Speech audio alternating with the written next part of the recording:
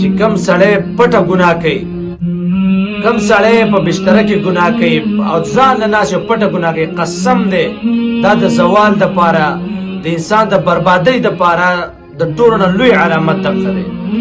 چې ته پټ ناست یې او ته ګناه کوې، موبایل استعمال یا بله ګناه کوې، ته پټ ناست یوازې، دا د انسان د بربادۍ دپاره ډېر لوی علامت دی. او چې کله سړی یوازې ناست او دا مونږ صحیح طریقه باندې وکړي، تلاوت په صحیح طریقه باندې وکړي، نور عبادت چې یوازې ناست دا هېڅوک نشته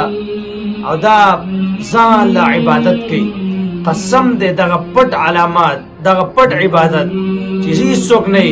دا انسان کمال ته رسوي. نو ګوره چې پټه ګناه کوي نو دا زوال لوی علامت دی، د زوال لوی سبب دغه دی. او چې کله ته داسې یې چې یو قسم نشته او پټ عبادت کې، نو دا د انسان د کمال لوی علامت دی، دا سړی کمال ته رسوي. او په دې کې د نظر د حفاظت دا ډېر لوی اثر وي.